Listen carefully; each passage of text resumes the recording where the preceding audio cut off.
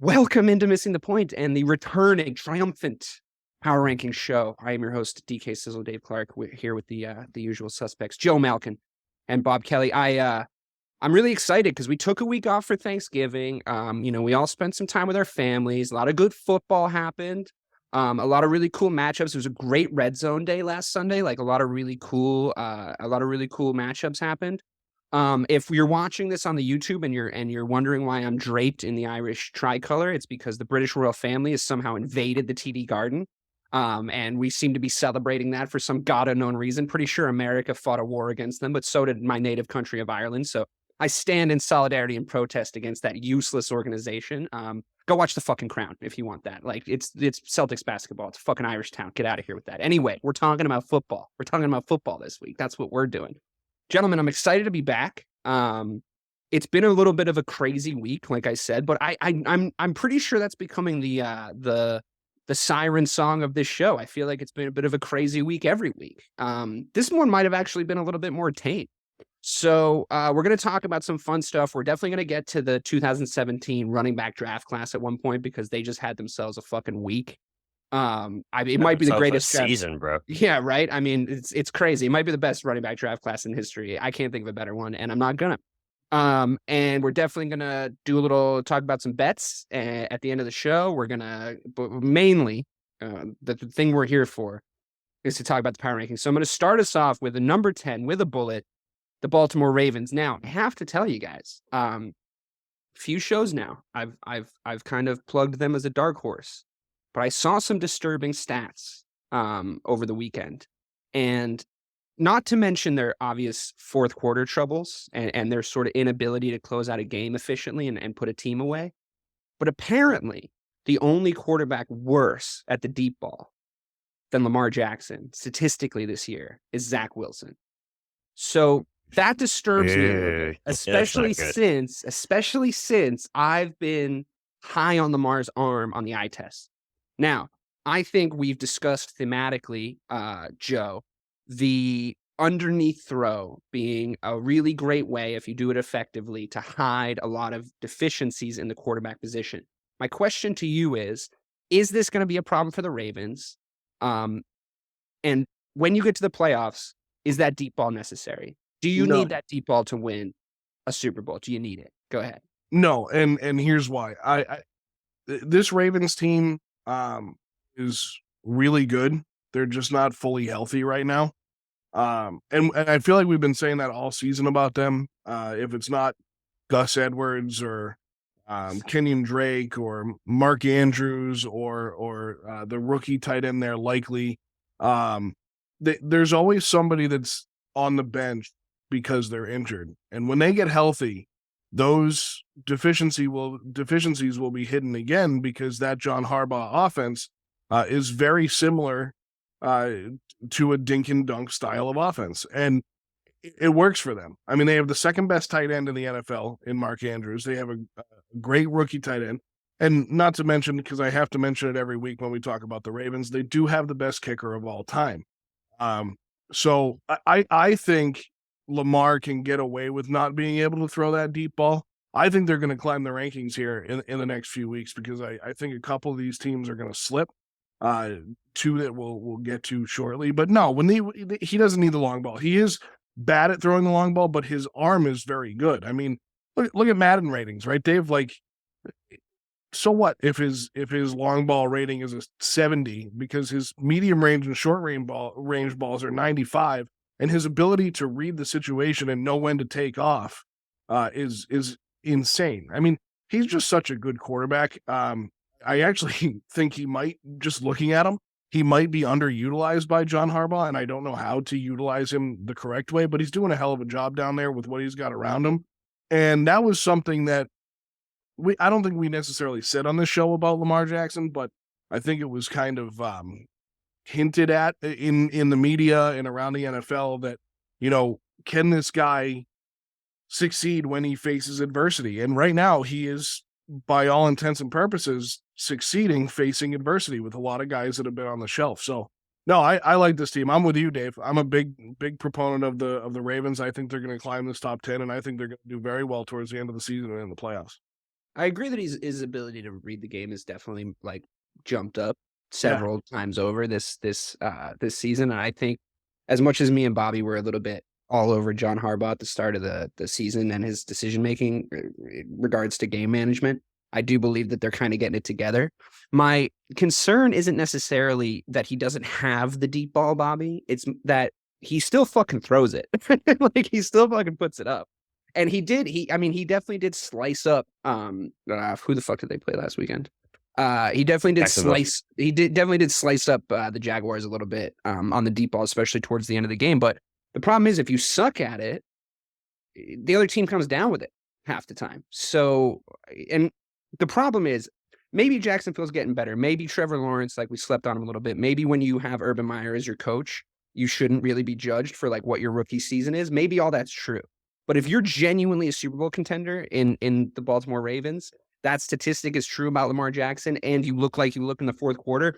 Are you putting your hard-earned money on this team, Bobby? I'm starting to get a little concerned about them. It's scary. What scares me is the inability to put teams away, man. Yeah. And you know what I mean? If you can't put away the goddamn Jacksonville Jaguars in the fourth quarter, right? I know that was like Trevor Lawrence's come to Jesus moment this past week. That was a Sure. big boy drive.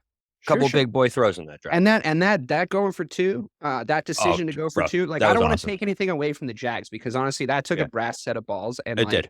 That throw, I agree with you. That was probably the best throw of the day. The way you let him like that, like he threw it perfectly. There was one angle, I'm sure you saw it, from basically behind the throw. And watching the football just curve out to the only place, like the place that only his receiver. It was magical. It was beautiful, genuinely beautiful. And I really think that he changed a lot of minds, Trevor Lawrence, that day. But they're not a playoff team. They're not in the power rankings, so they're not our concern. Like, we're not trying to shit on them, Jaguars fans. We're not. But we're here talking about the Baltimore Ravens, and I just think, I don't know. I just think if that's the Chiefs, you just don't see that throw. Yeah, no, completely agree. Completely agree. And the thing is with the Ravens this is how many games is this? 1, 2, 10? No, so they've blown, I think it's 4 fourth quarter leads of more than 10 points so far this season. And that's kind of been an MO for me for Harbaugh. This has been a theme so far, and I can't believe it's not more talked about even now after so many fourth quarter blown leads. But like, is this the ceiling for this Harbaugh team, for this Harbaugh regime? Because it seems like this is what happens year in and year out is like the Ravens are talented. The Ravens are a championship contending team, but it's the same shit every single year. They blow fourth quarter leads and they at times look magical. They look like, unbeatable at times. But there's times where you're just sitting there like, what the hell is going on over there, man? And honestly, them being at 10 is just like it's more of a Lamar Jackson and what his ceiling is respect ranking. But I wouldn't put my hard-earned money in the playoffs against one of the better teams in the AFC. I wouldn't do it. Yeah, and it'll probably be a fourth quarter blowout. It'll probably be them blowing it in the fourth quarter. Right, Joe, exactly. You're going to be pulling your hair out. That's what this team. Let me ask you something, honestly. Do you think that there's a world where like the proven Harbaugh coaching system is becoming dated, and people are starting to figure it out? It's very similar to the Belichick style, and that's what I was going to kind of rebut Bobby with. Is that like, sure, Lamar's got a ceiling, and he definitely has. I mean, every player has their ceiling, right? We've seen it with a lot of guys, and sometimes you can make up those deficiencies. And speaking of the Ravens, we saw that in 2000 when Trent Dilfer won a Super Bowl with arguably one of the greatest. That's a different era of football. No, it's a different era of football. But when you have the pieces around you, and Harbaugh clearly hasn't changed. He's always been subpar at managing the clock. Along with guys like Bill Cowher, Mike Tomlin, Andy Reid, they're not good clock managers. But my rebuttal to Bobby kind of, and I would say, and I don't think you necessarily disagree with me, Bobby, but when you have the same coach, and we see it year after year after year, we saw it when they had Flacco at quarterback. We see it with Lamar Jackson. We've seen it with Ray Lewis, one of the best linebackers of all time in the front seven for the Ravens. It is Harbaugh. It's Harbaugh. When it comes down to brass tacks and you want to know why the Ravens just can't get over that hump, it's John Harbaugh. And it's funny because he's a top 10 coach in the NFL. They did get over that for a very long time. In fairness to them, they did at one point get over that hump. They did. No, absolutely. They did get over that hump. But I mean, we could have the quarterback nowhere near as good as Lamar Jackson. He's elite. Elite, bro. He's elite. No, nowhere near as good. Nowhere near as good. I mean, Flacco had his really good seasons. He had a couple of playoff runs that were absolutely incredible. I mean, literally some of the best players. He was one. He had two. He played 4 good games. Let's say one. Let's agree to disagree on one. All right. Let's say one. Fine. It was an incredible playoff run. It was one of the best playoff runs ever. I agree, but Lamar Jackson made him hundreds of millions of dollars. Lamar Jackson has never had that playoff run. So, and I'm not saying that Joe Flacco is better. I'm saying that the common denominator here is John Harbaugh. That's the common denominator. Since that season, which was 2012, the Ravens have made it to the playoffs 4 times since 2012. And they have not gotten past the divisional. So they're 2-4. They have 2 playoff wins since Ray Lewis left. Since that regime. Right? Well, I mean, hold on a second. I feel like that's a little bit of a misleading stat because they had a full rebuild. They had a full rebuild on their hands around like a young quarterback who isn't traditionally the pocket guy that you're going to be. They did change the entire offense. I do remember that. I mean, that's going to take a second. It's as a Bears fan, I get stats like that leveled at my team a lot. It's like, well, I mean, Jesus Christ, we've been terrible. I understand, but I think we've probably spent enough time on the Ravens. It is an interesting topic only because I think they're sort of a beautifully flawed team. I think they have the potential to, like you said, not make it past the divisional game again, and nobody's surprised. Nobody has a big heave-haw. But at the same time, I don't think anyone will be that surprised by Lamar Jackson just flicking a switch and going on a Joe Flacco if you will, playoff 17 touchdowns, 1 interception. But I wouldn't put it past Lamar. I genuinely wouldn't. I've seen the dude just absolutely fucking ball out all season, and if he wants to decide to win a football game, he can a lot of the time. So I wouldn't be surprised, but I don't feel as safe in their loving embrace as I did a couple of weeks ago. We do got to be careful criticizing, or else we might get criticized and told that we eat too much dick. So yeah, that was awesome. Did you see to be quite honest with you, I love that from him. That poor bastard with one of probably thousands, hundreds of thousands of troll comments. And he won the fucking lottery that night. Eat a dick. Eat a dick. Lamar Jackson tells you to literally go eat a dick. Oh, man. It looks like that you might be good at eating dick. That's what it was, right? That's what they should. If he does win a fucking Super Bowl, they should emblazon that on the fucking Lombardi trophy. Eat a dick, Lamar Jackson 2022. All right, moving on to the New York Jets after the lovely and hearty discussion about the Baltimore Ravens. They're sliding, guys. They're sliding. I would love to be able to just immediately play the clip of us all high on the Jets, not 4 weeks ago because of, Sauce Gardner and some very fun playmaking players that they had kind of littered throughout their roster. I think once the whole Zach Wilson debacle went down, we haven't really gotten. I know it seems like a while ago now, a couple weeks ago now, but we haven't actually had a chance to talk about the whole Zach Wilson thing.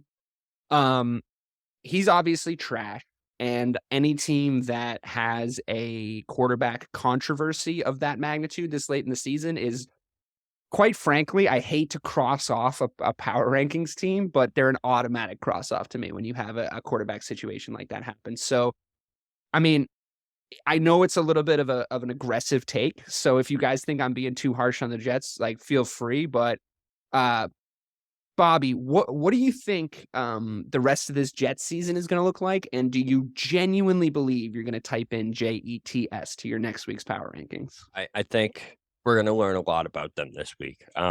Listen, that defense. Don't we know a lot about them at this point? Well, yeah. So what it is, it's week 13. So Mike White actually does look like an average NFL quarterback, and that's really all because. I don't know if you Mike White coming into and throwing 4 good passes is not going to. But that's 4 more. That's 4 more passes than the bar being set incredibly low right before he comes in is not. But I'm just saying that if Mike White was the quarterback against the Patriots, the Jets win that football game. And I don't think there's really that much. No way. No Bro, way. Zach Wilson was so bad at that game. He was bad. He was really Dave, bad. I just want to mark down that Bobby brought up the Patriots. Not true. You brought up Belichick a while ago. Sorry. Sorry. The over-under's already cashed, but I hate to say it. If they can go into Minnesota and be, yes, I know, a very flawed Minnesota team, I think we learn a lot about them because, listen, this team's 2 weeks away from beating the Bills. They're not going to. I agree. We're doing an if-then on a situation. As much as it's like, I agreed, it's Minnesota. They're not going to beat the fucking Vikings. They have a top 5 defense in the league, though, and that's why they're here. And technically, right now, they're in that playoff spot. What are they, 7-4, right? Well, and that's what's amazing to me.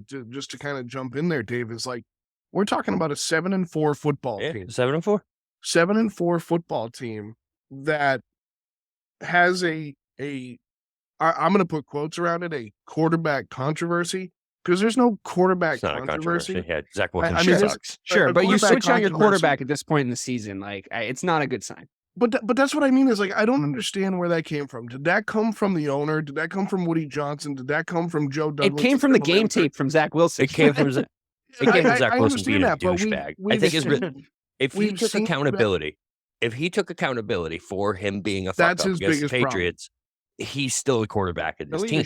The leadership, right? That's really what it comes down. When you suck that bad, when you're that bad, and they're like, "Hey, do you think you let your defense down today?" The answer is fucking yes. The answer is fucking yes. And he just came back with that no so fast, man. It was such a bad look. Saleh had to replace him. He didn't have a choice. You know what I mean? At that point, you don't have a choice. It should be mentioned that now Bill Belichick has gotten a coach fired and a quarterback benched immediately after the games that he beat them in. And this is something that's gone on, and it is kind of the Belichick factor. And granted, Zach Wilson's awful. I would love to have Frank Reich as the offensive coordinator in New England. I mean, I just, you'd take fucking anybody at this point. Trust me, I was the guy sitting in the stands last week at the Jets game saying "Fire Matt Patricia" in the fourth quarter. I doubt you were the only one. No, I wasn't. I got a good group with me on that one. But no, this Jets team is just an anomaly. It's weird because I really like Robert Saleh. I like what he's doing there. I like the way he built that defense. Sauce Gardner has been outstanding. But Dave, you said it when you opened the conversation about the Jets. They're sliding, and this is where we see who they really are. And I disagree about the Vikings. I don't think they're as flawed as people think they are. I think they've gotten to a point where there was a point where we'll talk about the Vikings. But there was a point where Dalvin Cook was their best offensive weapon, and Mike says it all the time. You can't win when the running back is your best position or best player on the field. I think that Vikings team is extremely good, and I actually think they're underrated. So just to finish up the conversation about the Jets. I love it. It's a decent take, and it'll definitely hold up in a few minutes when we talk about the Vikings. So, unless something crazy happens from now until then, like a bus accident or something. But I think the breaking news. The point that we're kind of making about the Jets, and we're dancing around it a little bit, is that they're usually as a team, maybe not this extreme of an example, but there's usually as a team by about this time that had a hot start and is starting to get found out. And I think that without the benefit of a certified game-winning QB, you're not going to stop the slide. That's inevitable for the New York Jets. And it seems like you guys aren't completely out on them. we can't cross them off basically because they're on the power rankings. We can't cross them off, but I would love to revisit a cross off next week, depending on their performance. But you guys have voted and you've spoken. The tribe has spoken, so I'm not going to cross them off. It would have been pretty epic to cross off a power rankings team. I would have really enjoyed it, but that's fine. I do think Mike White's biggest accomplishment, though, is simultaneously quarterbacking the New York Jets and writing and show running White Lotus on HBO. I mean, it's an amazing feat to be able to do both of those things. The most erotic show of the fall. So if you haven't listened to it, this is not an advertisement, but go check it out. It's great. Thursdays on NBC.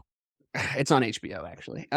Thursdays on HBO. And it's on Sundays. All right, so moving Sundays on HBO. Moving on to the Cincinnati Bengals, who I think, in my opinion, just to jump right the fuck in, are doing the opposite of what the Jets are doing. I think that the Cincinnati Bengals are on a fun little resurgence tour, And not for nothing, it's happening right around the fucking same time That's the same exact shit. Yep. That their run happened. I mean, it was this time last year, Bobby, that you and I agreed to bet on the Bengals to go to the Super Bowl. And then we both got lazy and didn't do it, which I will never make that mistake again. But I'm not betting on them to go to the Super Bowl just yet. But, I mean, they were just fucking there. And Joe Burrow's okay. So this is how I'm going to posit it to you, Joe. Let's go to you first since he's your namesake.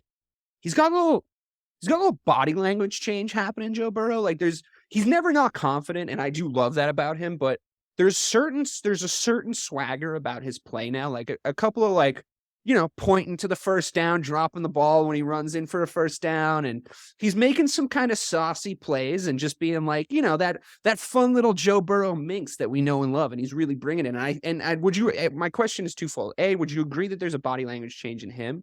And B, do you think that Joe Burrow is a good enough quarterback, a la the likes of your Aaron Rodgerses, your Tom Brady's, to win no matter what has happened to his weapon core? If the biggest criticism being if Ja'Marr Chase goes down, Joe Burrow ain't Joe Burrow. I don't know if that's necessarily true. So I'd love to hear your thoughts on the guy with the same name as you. Well, I'm a big fan of Joe Burrow, and thank you for reading my mind. Thank you for asking the question that you did. 3-1 without Ja'Marr Chase. 1-0 without Ja'Marr Chase and Joe Mixon. T. Higgins has stepped up. He's incredible, baller, bro. He's a baller. Yeah, Tyler Boyd stepped up as well. I mean, listen, I had Zach Taylor fired in 2020. I was like, he's the first coach out. He sucks. He's doing a hell of a job there in Cincinnati. I mean, they just took down the Titans again, like I said, 20-16. But they just beat the Titans, who right now are a playoff team and probably going to win their division. Without two of the biggest weapons on that team and arguably one of the best receivers in the league. Can I actually interrupt you for 1 second, Joe? Yeah. So I want to let you continue, but just as a quick aside. All right, Kanye. No, come on. I'm not taking your award away from you. So just as a quick aside, if anyone's sticking around to listen to a Titans segment, they are a notable leave off on this power rankings. For the record that they have, for the fact that they're almost certainly going to win their division still. And this being a New England centric podcast and their coach being Mike Vrabel, it is a little strange that they're off the list, but I would like to say that we don't care if you're mad, because God, are they a fucking boring team to watch. Like they really have no identity other than Derrick Henry. So I'm glad to be rid of them off this power rankings personally. I fucking hate talking about the Titans. I really think we all knew they weren't going to bring anything to the table, and spoiler alert, they're not going to come up again for the rest of the show. So unless, of course, you guys make points about the Bengals game, because the Bengals are fun and interesting to talk about. So, Joe, please, I'm so sorry. Continue. The Bengals are fun and interesting because they have a lot of flair. And you're right, Joe Burrow kind of has this swagger back. The offensive line all of a sudden has learned how to protect their quarterback too, which is outstanding. I mean, he's been upright. He looks healthy. He looks happy. I mean, knock on wood. I love watching Joe Burrow play. I love watching the Bengals play. They got a fun kicker to watch. They got a fun defense to watch. They have a fun. I love kickers. Love them. Love them. I think they should be banned from the sport. Says the guy who loves football. Yeah. Stay in your lane. This is a big one this week for the Bengals, and it's not going to knock them out of the top 10. I don't think, Bobby. Maybe, I don't know, if they lose to the Chiefs. But really big game for both of these teams. And I think if the Bengals have their guys back, I think they got an opportunity here. I think this team is a real deal, Dave. I think you're right. They're on the upswing, and they're going to get healthy at the right time. And I don't know if they're going to go back to the Super Bowl. I don't know what they're going to do, but nonetheless, they are fun to watch. And I think they're going to climb a couple spots next week. Yeah. It's funny that you said that this is the time last year they took off, because literally it was right around this time. And the come out party was a game against the Chiefs, if you remember, where it was that back and forth battle. So I think they have a legit chance to beat the Chiefs this week, just because they seem to have their number. They beat them in that game, then they beat them in the playoffs in the AFC Championship game. Of course, you have to beat the Chiefs to get to the Super Bowl, man. So, the rule. they definitely have a chance, and like Joe just said, man, the fact that Joe Burrow's been able to do this, as I like to call him, Joe Burrow, get it, because he's got ice water in his vein. It's cold. You get it? Okay. Craig, you can just edit that part out. It's fine. The fact that he was able to do this without Jamar, man, is just next level. Yeah. And then without Mixon too, it's crazy, man. It's crazy. I wonder. It was unexpected for sure. Is their ability to, it's sort of hard to describe, but is their ability to fly the plane and build it at the same time kind of their strength? Like, I feel like Joe Burrow, his identity is stamped all over this Bengals team, and it's what's kind of so likable about this Bengals team and why they're so entertaining. And we've been alluding to this talking and in this whole conversation, but if Joe Burrow and by extension the Cincinnati Bengals are better when they're in chaos, they're better when shit's going a little crazy, they're better when their back's against the wall, which we've talked about.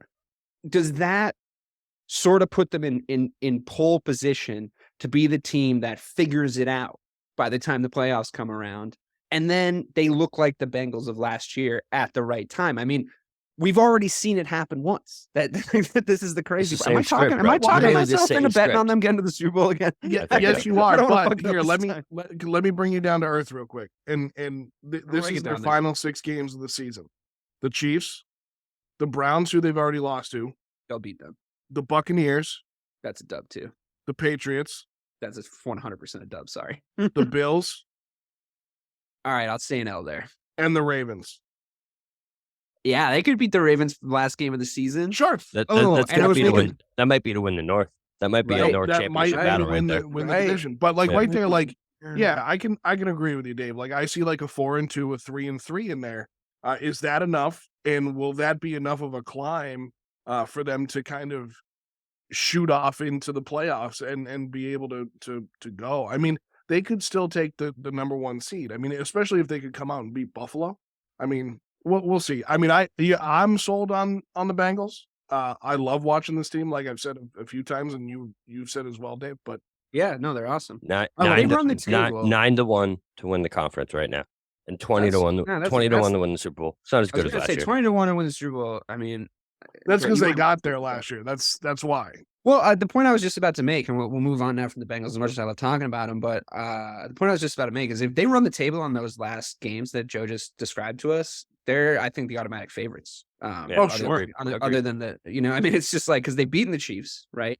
Everybody wants to write the Chiefs off, like, because it's kind of boring to have the Chiefs be the best team, because it's just been the case for so long. It feels like, and then they beat their division rivals to like saunter into the playoffs. Like, they're hot. I think the odds are forever in their favor at that point. But there's a lot to do. Yeah, please. So right now, would you both would take the Bengals over the Ravens, correct? Yes. A fully healthy Bengals team. Yes. Right. Yeah. Okay. I've seen Joe Burrow do it. I haven't seen Lamar do it. That's sure. But and Dave, it's really interesting, the storyline, because like you can't script it any better. Like, all right, so you go and beat Andy Reid, like you said, running the table. So I'm kind of playing that. You go and beat Andy Reid and Patrick Mahomes and the Browns, whatever. Then you go and beat Tom Brady. Then you go and beat Bill Belichick. Then you go and beat Josh Allen, and then you go and beat John Harbaugh and that's legit. Lamar Jackson. Like, dude, that's it. If you actually like think of those guys in the context of each one of those people, that's a gauntlet, man. Yeah, that's like a fucking video game. Like all the hardest bosses, like one after the other. Like, you're officially the gym leaders by the end of that. All right. Yeah. I mean, I'm excited about the rest of this Bengals season. I think the context we put it in makes it all more fun and watchable. And I really hope we do have a battle for the division by the time we see. That'd be great. That'd be great. Ravens. That'd be fun. Be unbelievable. Our listenership in Cincinnati just raised exponentially. Yeah, I love it. Get us out there. Put us on the fucking bell tower. All right. So we're moving on to the San Francisco 49ers, who honestly have caused me just stress as I try to fall asleep at night. I have this little voice scratching at the back of my skull telling me that they might be the real deal. But it's this fucking Trojan horse, though, isn't it? Because everybody carrying it is made of fucking eggs. Like, they're made of absolute fucking eggshells. The way Deebo Samuel gets fucking tackled makes the foot, like, he's just so good in open space, but the hits he takes makes my stomach drop into my fucking balls. The very noted injury record of Christian McCaffrey, as much as he is like sick on this team if he would get more touches. But then if he gets more touches, he almost certainly goes to the fucking hospital. Obviously, Jimmy Garoppolo, who, as much as he isn't Tom Brady, they need him if they're going to go anywhere. Like, that's obvious. We don't even have to really litigate that. And then who am I forgetting that is also super injury prone? George Kittle. Maybe. Yeah. He's injury prone. I mean, he's not. I feel like he's had a good little run, though, right? He's had a good little run recently. But this team. Ever since you called him out, pretty much. Yeah. I was like, oh, he's a blocker now. And then all of a sudden he's just. And all of a sudden he's fucking 3 touchdowns. Keep George, talking that way. You're welcome. I'll send you my address for the thank you card. I mean, you're not the first one I've done it to, and you won't be the last. The curse of the podcaster. But listen, I really do like the San Francisco team. I genuinely like them. I think their uniforms look cool. I love their players. I love their weapons. I would build a team that looks like this if it were up to me, with the exception maybe a quarterback. But I want to love them. I really do. I want to bet on them. I want them to go far in the playoffs. But man, they are one bad injury away from being nothing. Bobby, talk me out of this. Are they going to be all right? Did they just hire better doctors? Honestly, the weapons don't scare me going down because the defense is so goddamn good, man.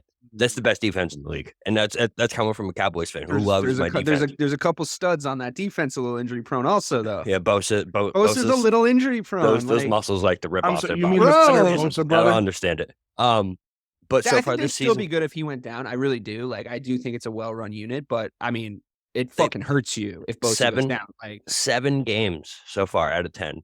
They've held their opponents under 17 points. No, they're unbelievable. That's so and they're a lock for the number 2 defense in the league, I think. Right, it's unbelievable how good. I mean, the last 4, 14 points, 16 points, 10 points, and a shutout. That's their last 4 games. So it honestly. I mean, you look against the Saints. They didn't have a good offensive day against the Saints. They only won 13-0.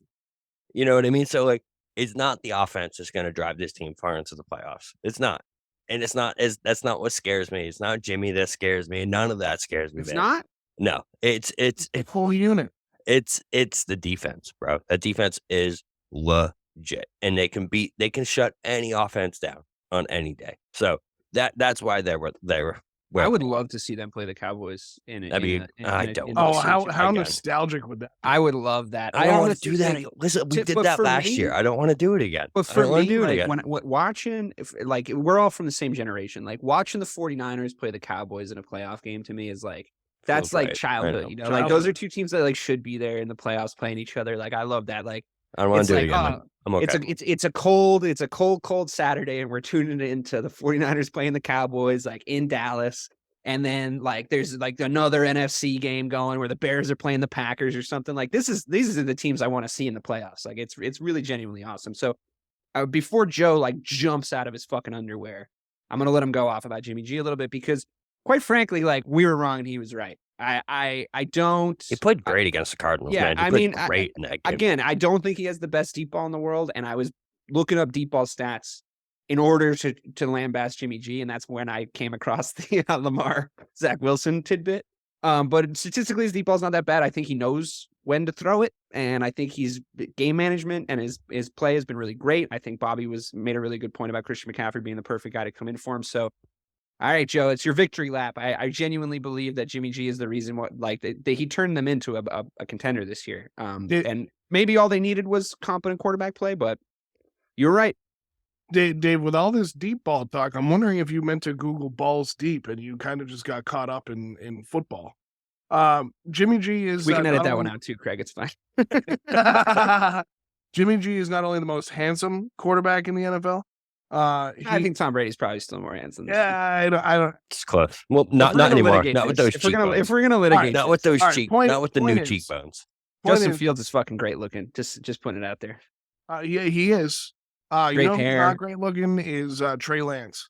Trevor Lawrence would be for some people. I think when he cuts the hair. When he cuts the hair, he looks. No, he needs the hair. It detracts from the nose. Think so? Sunshine. Yeah, sunshine, bro. It's the sunshine look. He's got a Tim Riggins thing going on, Friday Night Lights. Yeah.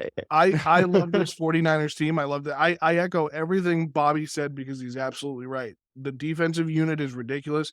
And that's, you know what? It's amazing because Kyle Shanahan is an offensive-minded guy. And the best unit on that team is his defense. And he knows it. And I think there's a resurgence in the relationship between Shanahan and Garoppolo. And I think this is the best thing for that organization is I think they saw that Trey Lance wasn't ready or can't do it, one of the two or both. And when I think America saw that, Joe. Yeah, sure. And when they brought Garoppolo back in, and then they traded for his foot snapped in half, but that too. They traded for McCaffrey, and they traded away Jeff Wilson to Miami, who they're going to meet this week. Well, but to your credit, Joe, it's going to be a great game.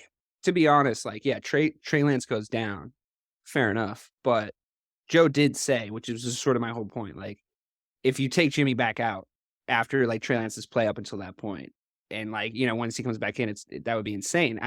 I really do think that Jimmy coming in is why they're doing what I agree. Doing. It is why. I mean, it's you can't, as much as I want to shit on him, he's doing it. He's the guy, And he's managing the game, and that's all he needs to do is just get the ball into the hands of the playmakers. Without a doubt, he can get the ball to 19. He can get the ball to 23. And that's what matters at the end of the day is that he lets those playmakers make the plays.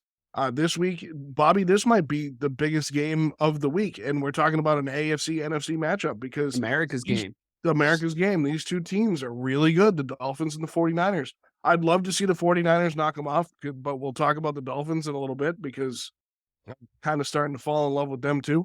But I love this 49ers team, man. I just and Jimmy G is a big part of that. I still hold it against the Patriots organization for trading him away, regardless of who the culprit was. Because if they had kept him around or found a way, if Brady was the culprit and he was like, no, I'm staying, and then he pieced out, I don't know. Doesn't matter. They should have kept him. They should have kept him around. They would have been in a much better spot than they are now, even with a winning 6-5 record. This 49ers team is the real deal. And I could see them doing some damage. They just got to stay either consistent or get hot. Yeah. I mean, I think it's an interesting, stick with me here on this one, because I want to try and make this point, but it might be a little out there, but the edible did just kick in. So just bear with me. I'm with you. As much as we've sort of thematically discussed on the Power Ranking show week in and week out that it's difficult to determine who's the really good teams and who's the really bad teams. And especially even now in week 13, this late in the season, we should really know who's great and who isn't. But there's great flawed teams and teams that maybe aren't so good on paper, but they're still performing really well. And this theme is kind of stuck with us.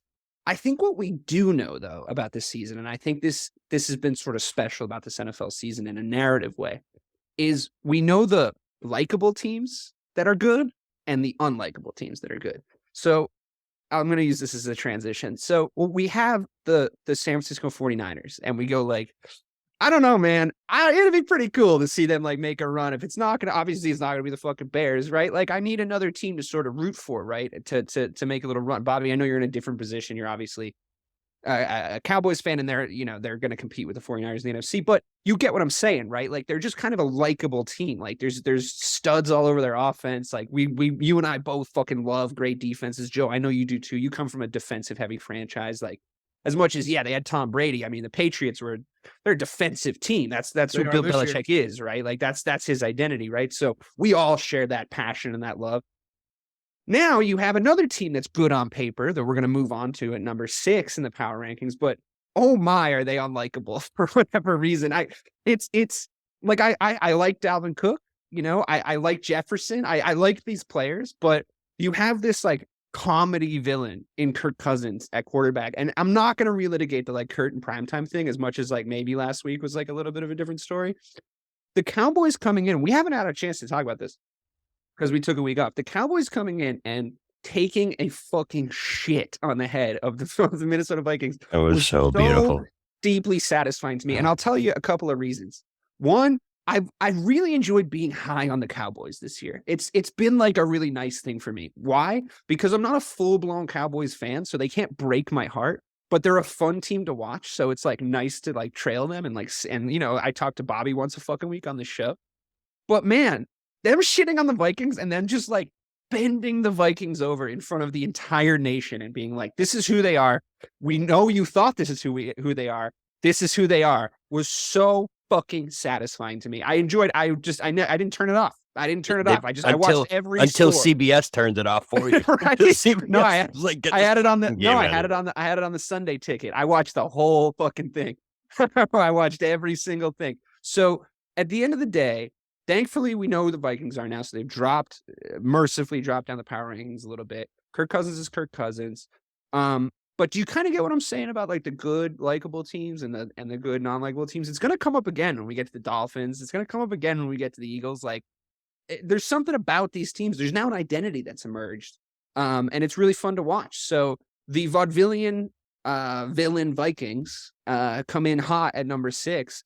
Bobby, they're not winning a Super Bowl, right? No, they're not. Listen, this team was like kind of like the Steelers of the past, where it's like their spot at the top of the power rankings was strictly because of their record and how good they were doing. Listen, they're 9-2 and they're number 6. They have a better record than every team except for the Eagles that are ahead of them. Okay, let me ask you this question then. That's a perfect segue. Let me ask you this question. We're going to do a little mini version of the game to both of you. Vikings play the 49ers in the NFC playoffs. 49ers, right? 49ers. Yeah. Vikings play, let's see, the Cowboys, obviously. We just saw how that goes. They play the Eagles, obviously, right? There's so many teams that can destroy their playoff run. Like there's just so many. And I feel confident at this point that we're going to see them go out in the first round. But that's sorry to interrupt. Please continue. It's those 4 teams though. Those 3 teams, right? Like I could see the Vikings being in the Final 4 in the NFC and not getting past any one of those teams. And Kirk Cousins has to win a fucking playoff game for that to happen. I just don't see it. Yeah, here's a question for you, right? Season ends today. They play the Commanders in the first round. I'm taking the Commanders. You know what? I'm taking the Commanders. They look legit. Juicy underdog, they do look legit. Did you see Robinson, that rookie? He's fucking sick. His big and he hat. was shot before the season. Like literally big spent hat, like bro.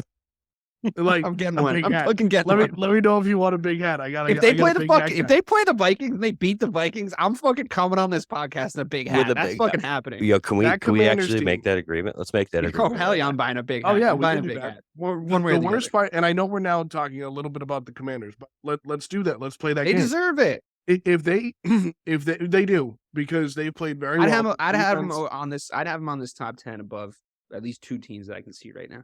Yeah, and I mean they could be. They're a very good. I mean that NFC East is really good. Like all 4 of those teams can play football, and they're all fun to watch. I love watching the Giants. Actually, the Eagles are my least favorite to watch in that division. The Commanders are just so much fun. I think Taylor Heineke deserves a starting job somewhere. I really do. And if it's in Washington, it's in Washington. I think that kid is underrated. I don't think I think he's better than like Kirk Cousins on the surface, but I don't think he's ever going to win. That experiment's over, thankfully. It's I kind of like him a little bit more. Well, A, for 2 reasons.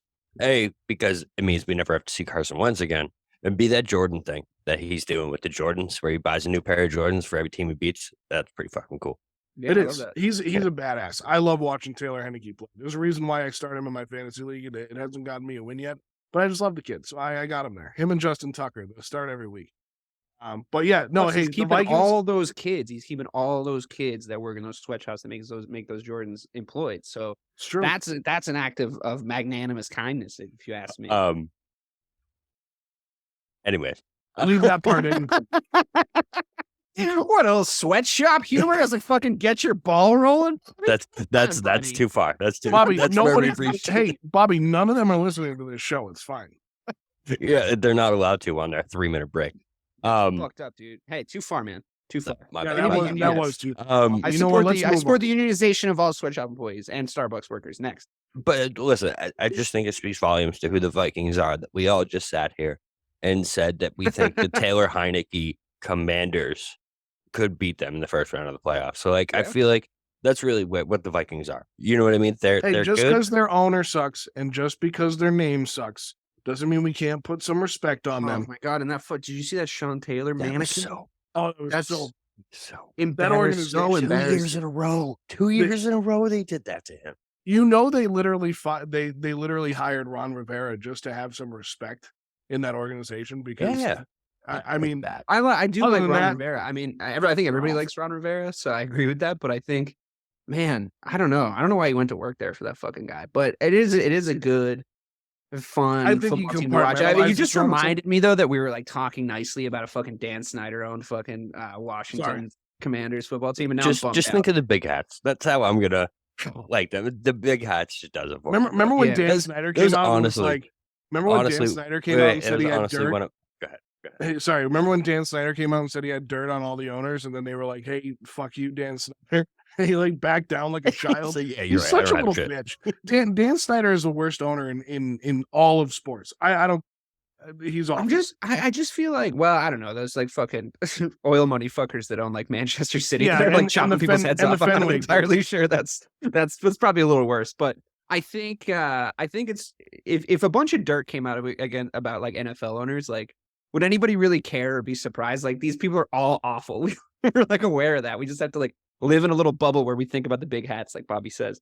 Yeah, big hats. I think Dan Snyder's probably he's probably not even the worst fucking one of all the owners. He's probably just the one that does the most out loud. Anyway, he is pretty bad though. All right, moving on. Thank God we're done talking about the Vikings. I'm hoping to not see them on this list by the end of the fucking year. I'm sick of talking about them. They're not good. We know they're not good. They're not going to do shit. I wish you could short sports bets like you can stocks. Like I wish I could bet on the Vikings to not win the Super Bowl, but like it really doesn't work like that. All right, moving on to the strange and flawed Buffalo Bills. I think they're still look. I think that here's what I think. Right, I think I was happy to be proven right in the sense that I continually bang the drum of like you can't be talking about Josh Allen like you talk about Pat Mahomes. It's ludicrous and it's not fair at this point in their respective careers. However, he's getting a little bit of a harder time than he maybe deserves, and I'm not 100% sure it's like Josh Allen's fault that they look weird.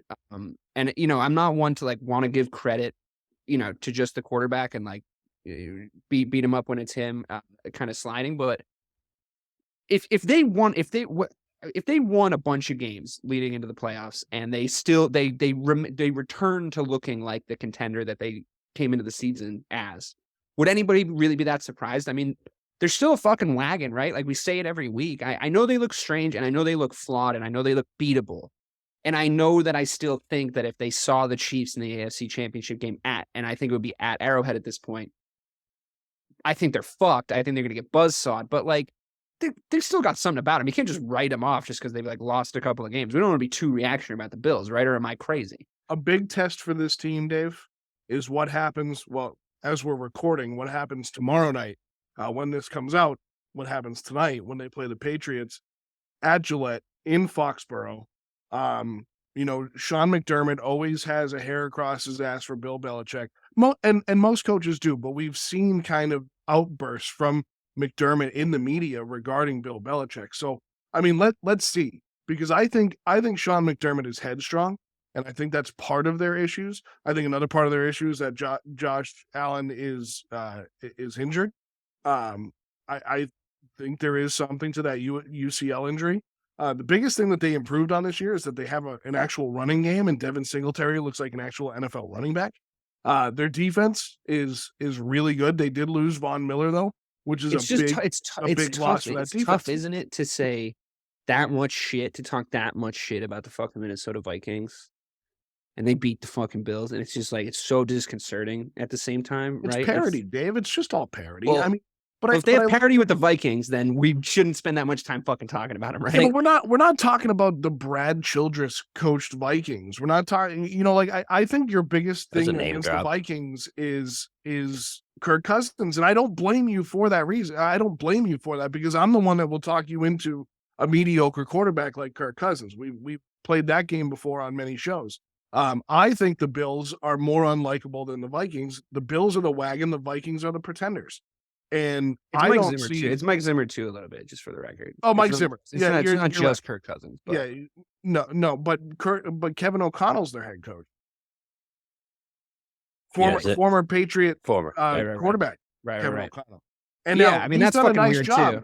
That's weird too. I mean, it's not as if that resume is really going to fill me with a ton of confidence either, like in the head coaching position. I know it's not Jeff Saturday, but still, I think that like back to the Bills, because it seems like the fucking Vikings are like just haunting my fucking soul. But I think when you talk about the Buffalo Bills, they're still winning their games. Like, I know they probably should have beat the Detroit Lions by a little bit more, but like, come on, like, they're still fucking winning their games. Like, they're still the Buffalo Bills. Like, they don't look like themselves. I agree, but like, but they're still getting it done. They're getting it done when they need to get it done. They're still. I think the worry and the thing we're all kind of talking about is maybe, and we can talk about this because they're the next team on the list. It's maybe the Dolphins breathing down their neck a little bit. I think there's like that thing. There's a world where they don't win their division because of the Dolphins. Well, what scares me with the Bills a little bit is the red zone troubles. That's what scares me. Well, I mean, that's how like the Bucs started off the season, right? And like, look what's happened to them. You know, it's if you can't score. Bro, especially when you get that close. Josh Allen has the most red zone interceptions in the NFL so far this year. He has 5. Yeah, and like it just feels like you guys remember the Josh Allen of 3 years ago, where he was amazing, but he would always do that weird shit at the ends of the games where he'd throw it behind his head. He would do so. Listen, he's not doing that, but I don't trust him as much in the red zone anymore, guys. And like that Vikings game just smelled for me, man. Because listen, I know that they had that game, but you can't lose a game when you have the ball with the other team with no timeouts, fumbling the ball into the end zone. Elite NFL teams do not do that. I know that was a really big. That was a red flag. I love common denominators. Don't do it.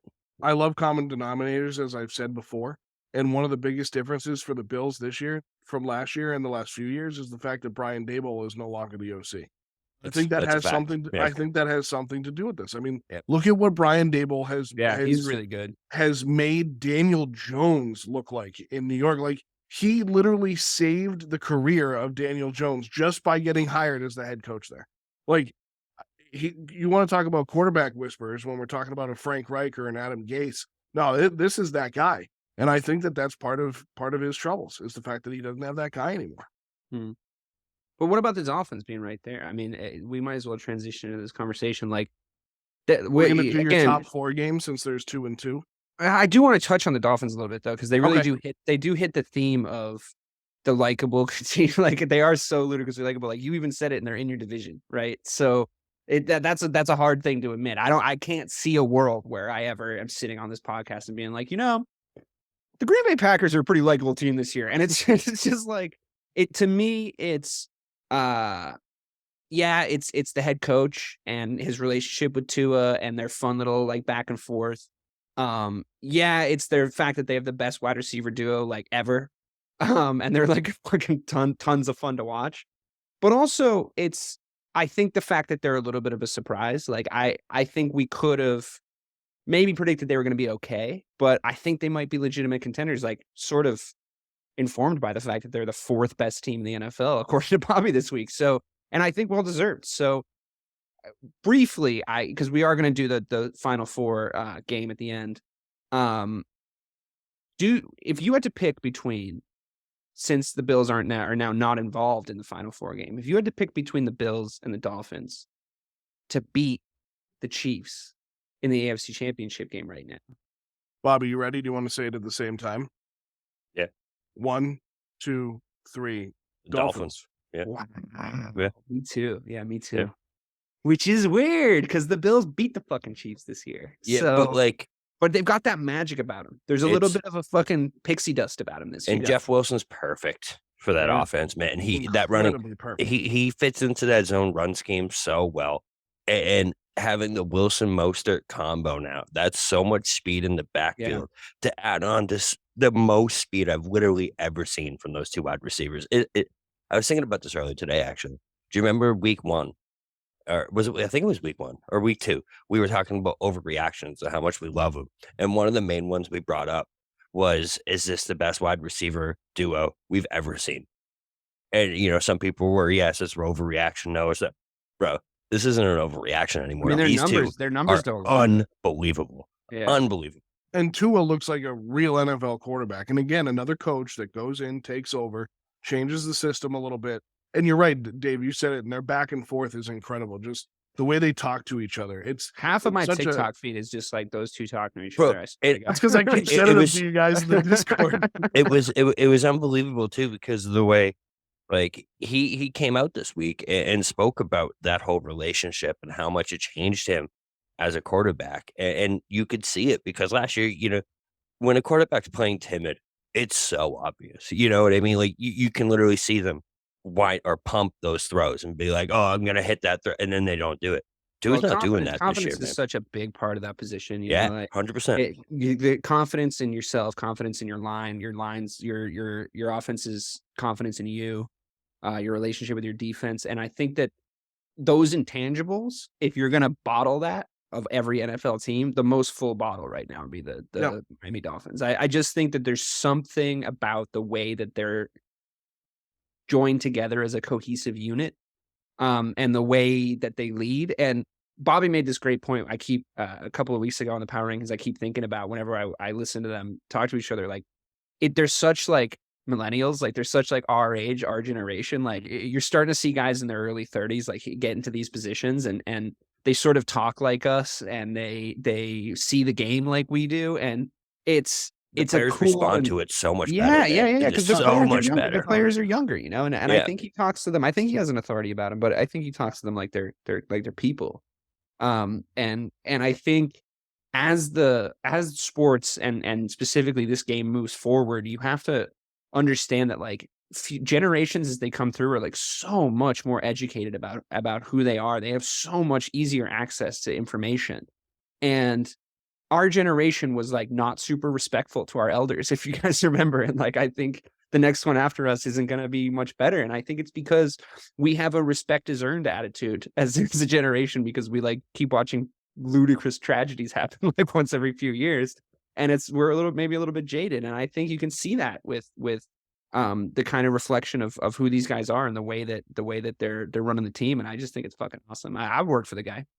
Oh, without a doubt. Mike McDaniel is he's something else. And like you said, it's the way he talks to the guys, but he's so, it's weird because he's so out there, but he's so down to earth. And some of the things he says, you can tell he's just messing with the media. But then they love him though. Like he has them on side, which is such an asset in his back pocket. And he's so fun to watch on the sidelines. And you know what I think the biggest thing for him is, and I think it's carried over to Tua, I think the game moves slow for him.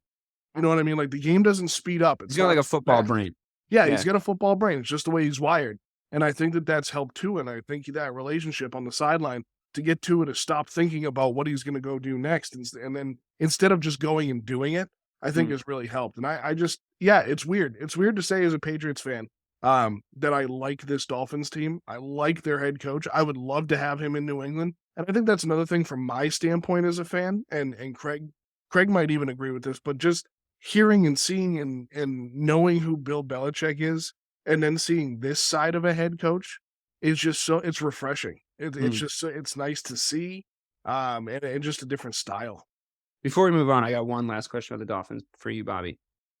We've often touched on the theme of the quarterback being the guy. We've all written off Kirk Cousins. Nobody thinks Carson Wentz is going to do anything at the start of the season. We're right, We just had a whole conversation about the Miami Dolphins, and nobody was like, yeah, but Tua can't. Nobody was like, Tua, it's like, is he? Do we all believe that maybe he could be? Is that, Bobby? What do you think? Yeah, man, I do. I mean, you're the right man for the question. you think about what Tua was in college, man, and it's not like he came out of nowhere. It's not like throwing was ever his biggest challenge or anything like that. But the translation to the NFL and his first performances, But when you have someone that makes your brain just exactly what Joe said, he's not thinking, he's just watching things happen and reacting to it rather than, oh no, I can't throw here, I can't do this. And he literally already came out and said all this. He sees the Matrix code now. He sees the McDaniel code. And just like the POV shot and just like bubble heads of Mike McDaniel just being like, no, don't think about that. Just like just floating through the air just like Mr. Tyreek Hill. It's Tyreek Hill. Don't think too much. Yeah, I think this week is a big test for Tua though. Yeah. If he can come out and have an efficient outing, and even if they lose to the Niners, right? If he comes out and looks like an all-pro NFL quarterback against this defense, he is real, period. 100%. It's a great point because I really think And we've talked about this. We've said this week is a big blank for blank a few times on this show, and I think we should keep this in mind going into watching the games Thursday and Sunday and Monday, because I think this time next week on the Power Rankings, we're going to know a lot. We're going to know a lot. We'll know a lot. And because this might be the pivotal week. This might be the most important week we've had so far. I mean, you could sort of say that about chronological weeks as things go on, but because of the matchups and the way things are falling across the whole league, I think we're going to know so much. Going to be a great red zone day on Sunday, everybody. Going to be a great fucking red zone day. There's nothing better than beer and 7 hours of commercial free football. It's literally the greatest show on TV. There's nothing better. It really is. It's fantastic. So if you're not a red zone person, you got to get on. I don't like it. It's expert. It's expert level stuff. Quick little tangent. I watch football with people, right? We were watching Red Zone. People, I have people tell me this. They're like, I don't like Red Zone. I can't like zone in on one game. I'm like, fast. I can't. So you can't zone in on one game. So you don't like excitement. Concept. You don't like excitement. You don't like fun. Is that what you're telling me? My wife has said that to me before. It's like, oh, I can't tell when it switches, and I literally said to her one day, just kind of being an ass. I was like, when the uniforms look different, like wouldn't like they tell you when they're switching? Like Scott Hansen tells you when they're switching games. My aunt said the same thing to me this weekend when we were watching at her house, and I was like, hey, red zone, and she was like, oh yeah, I can't really follow it, and I'm like, the same thing, Bobby. I'm like, what are you talking about? Like, you know the way both. Well, I love my aunt and I love my wife, but we got a real serious issue here. I can't watch one game. I literally my brain won't let me do it anymore. It's for the attention deficit generation. You know, you know the way Scientology has like all those weird ranks where they're like, you're Corporal C captain level now. We're all Octobox level red zone watchers, and we're looking at single box people. And we're just like, guys, come on.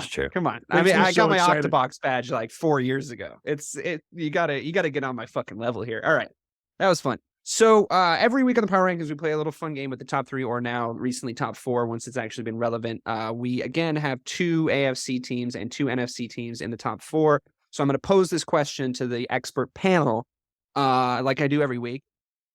You have the Chiefs playing the Dolphins in the AFC Championship game. Who are you sending to the Super Bowl? Different question than what I asked before, in who you would rather send against the Chiefs. You decided, both of you, to send the Dolphins. Are they getting past Pat Mahomes at this point? Are they getting past Pat Mahomes and the Kansas City Chiefs in Arrowhead, if we're being honest? Right. While Bobby thinks they can. Bobby looks like he's in pain right now. No, it is painful. I'm hiding it a little bit better than he is. It's painful because the Chiefs have their flaws too. Let's not get that wrong. They have their flaws. There are points in the game where they look flawed, but it's minor flaws. I mean, they have 3 running backs. One's hurt right now, Clyde Edwards-Helaire, but they have 3 running backs that can run the ball. They have had no problem at receiver without Tyreek Hill. In fact, I've seen Juju Smith-Schuster and I feel like Pat Mahomes is better now. Like he had to get without a doubt, because they got guys that are not only going to go out and catch passes, but they're willing to block and put their bodies on the line. You're not talking me into the Dolphins right now, just for the record. So, but listen, the Chiefs are clinical. The Dolphins are high flying. They're gonna try and punch you in the mouth, I think, especially in an AFC Championship style. But I think, you look at Mahomes versus Tua. Mahomes wins that battle. You look at Reed versus McDaniel. Reed wins that battle. I think the Chiefs are still going through. But the Dolphins can win that. But that's because that's the answer. That's because that's the fucking answer. Like, let's not sit here and talk ourselves. Tell me what the answer is, Dave. I'm telling you what. You know what? You can't fire me. I quit. You can't sit here. No, we're not going to sit here and say that the Dolphins are going to beat the fucking Chiefs in the championship game. It's not happening. I can't allow it. I'll pull the plug. I'll delete the internet right now before this goddamn thing goes on. He has that ability. He lives in Los Angeles. He could. Go ahead, Bobby. That's where we're stationed at Electricast. Or Winners Edge. Do we say that before? Yeah, we did. I fucking forgot. I'll read. Did we forget to? We're part of the Winners Edge. Sorry. Just I didn't even yell at. I'll do it again. I'll do it again at the start. Sorry. Yeah, no, they're not. You're right. It's listen, I know we just kind of talked about Tua, how he's real and blah, blah, blah, blah. It's really, really, really hard to pick Tua over Pat Mahomes. I'm sorry. It is, man. Yeah, and it should be. and the exactly what but Joe Pat just said. Mahomes only has 1 year left after this in the NFL. Plus, on top of that, I think a very underrated thing that not a lot of people are looking at, and I actually looked to pick him up in our fantasy league today, but Mitch Assange has already got him, is Melvin Gordon going to the Chiefs. All right. He wasn't, they dropped him. The Broncos dropped him, because their season's literally a good fit. a dumpster fire. And he's already the best running back he's the best pure running back in that running back room now. And I think you're going to see him make a difference in the playoffs. Yeah, it's the Chiefs. We don't even need to talk about it anymore. It's the Chiefs. All right. So we're all agreed we're sending the Chiefs in the AFC. It was more of a conversation when the Bills were like less suspicious, but we've all agreed on that. That's cool. I'm really excited to get to this one because if we now have the Cowboys at number 3 in the power rankings and the Eagles at number 2. They've dropped down from their vaunted place at number 1, where they kept most of the season up until a couple of weeks ago. The Chiefs are now number 1. We have the Cowboys and the Eagles in the NFC Championship game. Gentlemen, I have to ask you, which one are you sending to the Super Bowl? And I got to tell you, I'm sending the fucking Cowboys. Bobby, should you abstain? Should you abstain from this, Bobby? No, we need it. We need the votes, man. All right, go ahead, he's Bobby. earned saying this. He's watched this Cowboys team do this shit. He's earned this fucking moment in the sun. So so I am picking the Cowboys. Surprise. But Spoiler alert. What scares me about this is what the Cowboys' crux is, and I've been saying this all year, is the two teams that can stop the Cowboys from going to the Super Bowl, the 49ers and the Eagles. In my opinion, those are the only two teams that have what it takes to beat this defense because of that zone run scheme, because they can put up 200 yards on any defense on any day.